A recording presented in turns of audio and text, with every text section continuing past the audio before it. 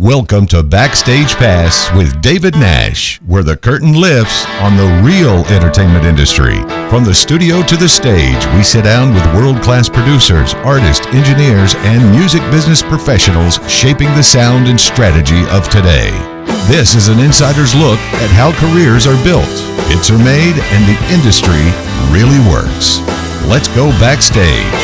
Now, here's Dave. Hey guys, welcome back to another episode of Backstage Pass with Dave Nash, an insider's look at the entertainment industry. I am Dave Nash, and with me today is Mr. Randy Westbrook. Yeah, how you doing, Randy? Good to be here. A little Thanks handshake. for inviting me to be on this. Yeah, thanks for making the drive. Randy drove down, and sounds like you hit a little traffic. A little bit. A little bit. The whole left lane driving thing was just on today. The left lane. It was. It's fashionable now. It is fashionable. So Randy is the executive director of the Madison County Arts Council. The Richmond Area Arts Council. Richmond area. Yeah, that's in Kentucky for you people. Yeah. So he's also an accomplished keys player. Any other instruments?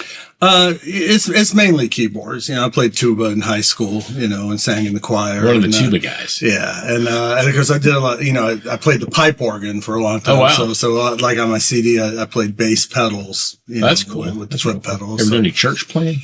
Yeah, I played at church every week. Like, did you ever get to play like the big Catholic church? I did that. I did that in college. Yeah, I played at two churches in Murray, Kentucky, but it's been piano ever since. Piano. Well, I listened to you a bit, and you're really good. Thank you. Very good. So much. Tell me about your position with is it Madison? The Richmond Area Arts Council. Tell me about that. What do you do for these guys? It's multifaceted. We have events for adults, for children. We do summer camps for kids. We do art camps. Then we've done theater camps. We teach dance classes. We have events every month. Usually we have like a Derby brunch. That's a big event. And we do the Blue Soul and Barbecue, which is coming up. And we've had members of the Exiles and the Kentucky Headhunters and people play it. All those guys. Yeah. We do an art gala. We do multicultural events. We do collaboration with the NAACP called an Evening of Togetherness. We've done that quite a few times. We just did our 4th of July celebration. I missed it. So we have I had a gig that day. We have the Madison Singers, which is a community choir. Oh, cool. And so they participated in that with the Madison Community Band. Was that at Lake Elba? We had that at First Baptist Church on the bypass in Richmond. And so, but a lot of people, come to that event. Anyway, but I do all that, but also, there's other things to deal with like budgets and board meetings and all the stuff.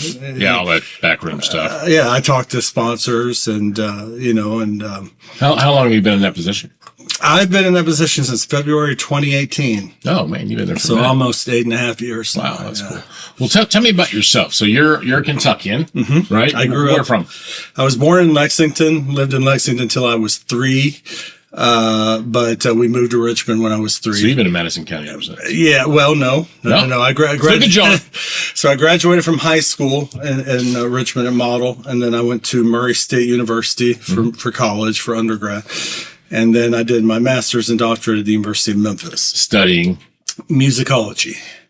With a heavy emphasis on what they call ethnomusicology too. So about half my classes were in popular music studies or world music studies and things that's like that. Cool, man. Yeah. And here's a question I ask everybody that's on the show because 99.9% of my guests are entertainers or artists or whatever. Yeah. What age did you pick up this musical ability or this desire to be a musician? So my mother started teaching me piano at the age of 5. And then I went to another teacher. She'd say a more official teacher when I was 7. Right. And so that was classical piano at the time. I knew when I was 7, I knew that I wanted to make music or the arts my life. Right. Somehow. I knew that at that age. And started improvising by about the 5th grade, had a little Casio keyboard, and I found that I could pick out notes of the scale and play along with things on the radio. That's when games changed. It really was. And like, oh, that's the pentatonic thing. So I discovered all that. And so I kind of, for a long time, I lived like 2 lives musically. You had the classical side, which you didn't really talk to the classical teacher as much about. Right. Well, I mean, that you did talk to them about, I'm sorry, but then you had the improvisation side that I just kind of did on my own. You got a little freedom. And, when I went to college, they had a jazz band. I actually played for EKU's jazz band when I was in high school. Oh, cool. And then when I went to Murray State, I was in their jazz band the whole 5 years I was there. Have you ever done any, I know that we're going to be talking here in a moment about your CD that's coming out, but were you ever any like bands, like club bands and things like that back in the day? Really? Yeah, at Murray State, we had kind of a classic rock band that we'd play around college events. We played the barbecue festival in Owensboro. That's a big one. If you haven't been there, that's a big festival. We did that. Especially if you like barbecue. Yeah, as soon as I turned 21, excellent barbecue in Owensboro. But yeah, and then when I moved to Memphis after college, man, it was just... You just play at places that have barbecue. I tend to. And I was in bands in Memphis, original bands. I was in a band called Exit Right Here. I was in a band called Gypsy Revival that did covers, classic soul and blues. And then I started playing on Beale Street a lot. Oh, there you go. Played with guys like Corey Osborne, Kirk Smithhart, Earl the Pearl Banks. With him, we would do 4 nights a week, every week on Beale Street. Oh, that's tough. 2001 to 2004. So really? We played places like Club 152 and Blue City paying your Cafe. dues right there, man. Paying a lot of dues. You ever play with T.D. Young?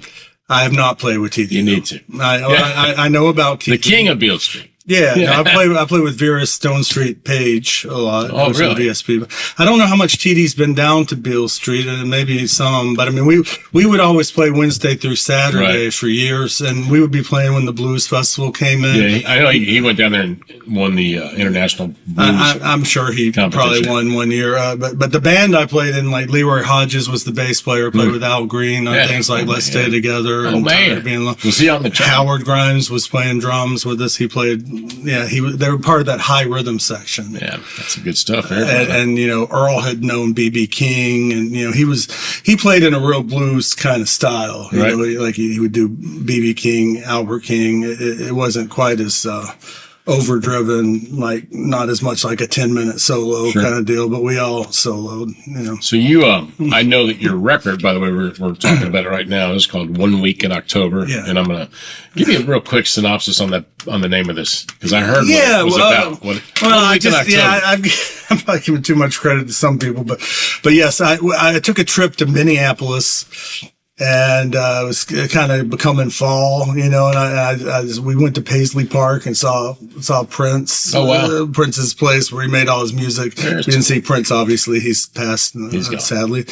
But we just saw you could kind of see how creative he was all the time. Oh, yeah, all these different studios. Prince was an alien. Yeah. And always making music and even as much success as he had, as much money as he had, for him, it was just all about creating music and then getting to listen to it. And so the joy of that was kind of driven home to me. And we also, because I always have been involved in original projects, this is my first solo album, but I've played on a number of things. I played with Kari Wynn in Memphis, he plays with Public Enemy with that band. He's their band leader, and I'm on some of his albums, some of his projects. And then we always did projects, but anyway, went to Paisley Park, went down to First Avenue Club, which Purple Rain was filmed at. And it just so happened a friend of mine, Adam Weiner, was playing there that night. He's in a band called Low Cut Connie, who's kind of made some noise recently in the press. And he just got interviewed by Rolling Stone. So I'm like, oh yeah, that's my friend up there. So I'm like, I need to make some music, And so I came back and I wrote an album in 1 week. I called Will because we talked about it. And there's a lot of, it's like, why even make a CD now? People will throw that on you. Why even do that? I just had to get it out, and we hope to do some gigs, and we'll see what I can use it in I media. took a listen to it, and I enjoyed it. Thank you. Symptotic Overdrive. Yeah, Synaptic Overdrive. Yeah, that's a rockin'. I like that. Yeah, it's track number 6. If you get the CD, by the way. Now, have you got the stuff for streaming as well? I do. I went ahead and did all that. All the platforms got distribution, Apple Music. DistroKid. I just went ahead and put it up there. There you go. We did a CD release on June 13th on my birthday. Well, my birthday was the 12th, but it was the day after. Right. So I sold quite a few physical copies there, but I've only made 300 copies of this one, and And if people are like me, they like to have the album. This is jazz, by the way. Just kind of jazz. What do you call it? So in the press, like when I talk to the register, it's instrumental soul, instrumental rock. That's how I see it. It's inspired by film music a lot. It is not a jazz album. I was listening. I think the track after it has jazz influences. Yeah, the track after that, A Tale from Renaissance. Resonance. Yeah. I can't see that small. That's okay, man. I saw it as a soundtrack to a spy movie. The kind of that's more the avenue I'm going for. I don't want people to think of this as like, it's not smooth jazz. It's not. No. It's not. Wynton Marsalis would say it doesn't swing or something. That's fine. I wasn't trying. I wasn't trying to swing. I'm not trying to be that kind of. There's a lot of different influences in that, and basically it was how I was feeling that one week in October. You can't get a more honest, representation of how I was feeling in that week than that particular album. Now, all your players on this, I understand your drummer is actually quite good, and I'm a drummer, so I appreciated that. But he's also like policeman. Assistant chief of police. In Fayette County. Yeah, so all you drummers out there, if you get pulled over, just say, oh, by the way, Chief, the drummer? Well, his name's Roger Holland, and he... we've been going over the music, playing some of it at VBS this week. And we played some at the release party. And, so yeah, it's already being used as incidental music. Who else is on the track besides? So he played drums on all 10 tracks. Right. And then I play keys, lots of overdubs. And I heard a Moog. There's a lot of Moog stuff on there. Yeah. And the Moog bass pedals and the Moog, subsequent 25. But, so I did all the bass on the bass pedals and on the Moog. So I'm the bass player on the album, basically. And there's tenor saxophone on 3 tracks. You doing that? R.C. Smith. R.C. Smith. Guy out of Richmond, fantastic saxophone player.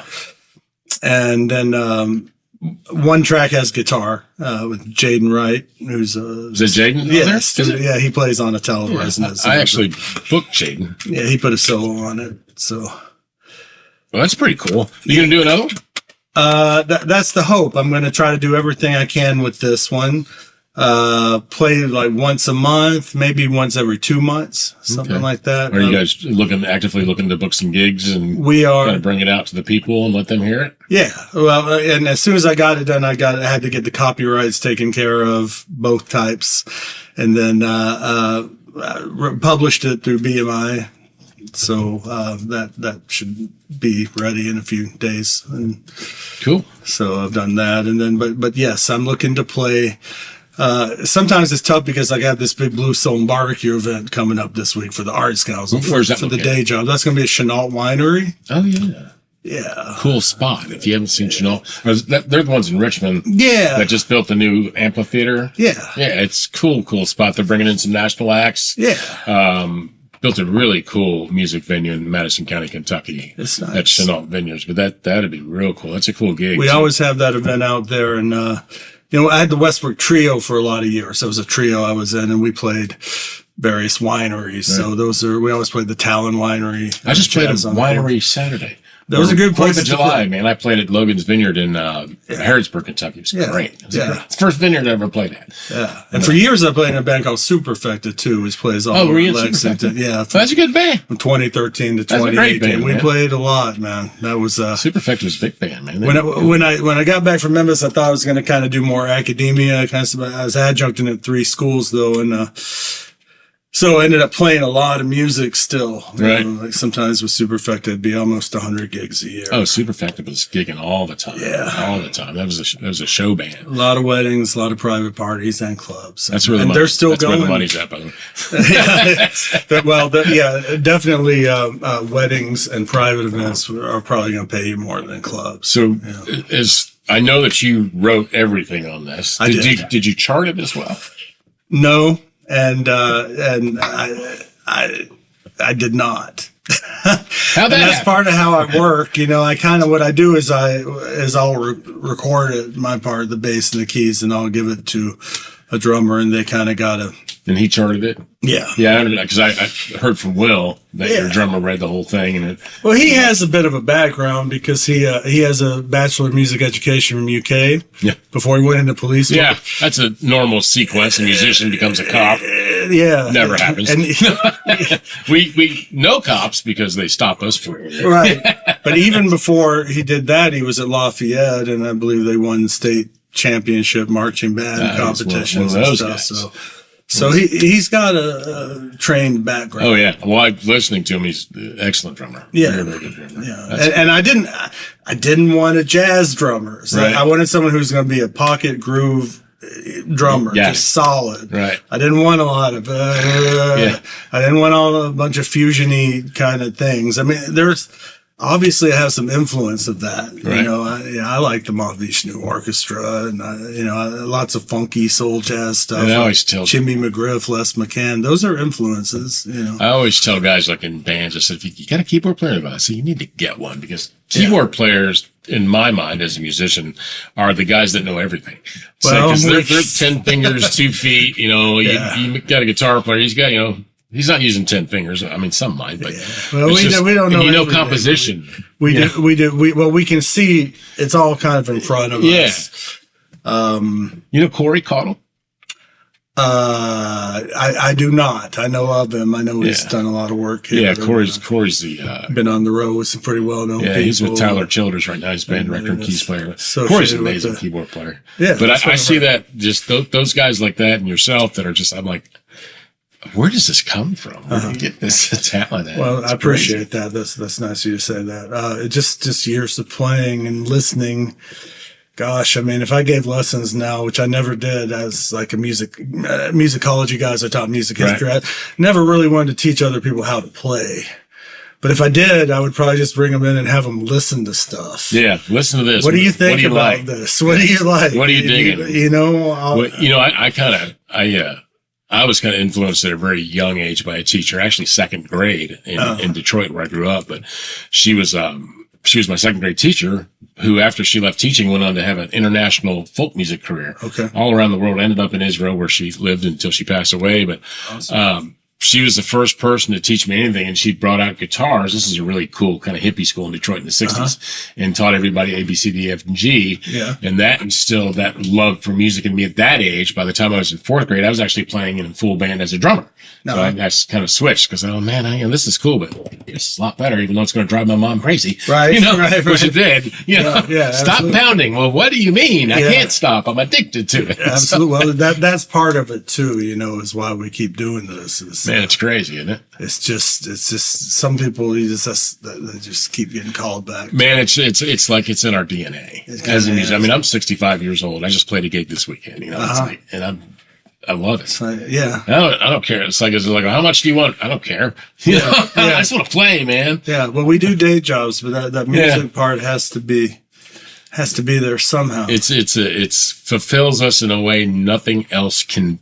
Right. Whether it's, personal relationships, business, whatever. Music is that outlet that it's another part of our mind and soul that frees us from everything else. It happens in a lot of different ways too. I mean, we just had this event with the Madison Community Band, and those are people that got music degrees, probably. Yeah. Some of them didn't, but they just want to play. And that's a different type of playing because you're more like reading the music or whatever, but it's still means just as much to them as it does for people who are improvising. I've always kind of balanced both the worlds of notation and playing. And I had the classical background. I still, I'm proud of that and like to be part of that. I don't, there's things about the big mainstream industry I don't love, What about AI? Well, AI is going to change a lot of things. And it's just going to. Oh, yeah. But we got to be responsible with it. AI is kind of dumb right now, too, at the moment. It's picking it up. But about 10 years from now, it's going to be. Well, it's like, I've always told people that since this AI thing has come around, that it can be a great tool. Yeah. Especially for like songwriters that are looking There can be things. Yeah, there can definitely be things. As long as you take it after you hear it, like from all the apps that create the music for you and you put in whatever. I don't like whole songs being written through AI. That's problematic. And I've written songs, but I've done all the lyrics and then put it on AI and let it create the song. Yeah. It's like going to a band practice and saying, hey, man, I wrote this song, and then 3 weeks later you got a song or whatever. AI, I can do 100 takes of that song in 5 minutes, you know? So, and then it gives me that. And if you get a good idea, then you can take it back and bring it to the guy and say, hey, let's play this.